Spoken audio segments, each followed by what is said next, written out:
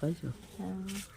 নিচে লেটায় বিমস তো নিচে এলাটা, এই তো এত বিমস,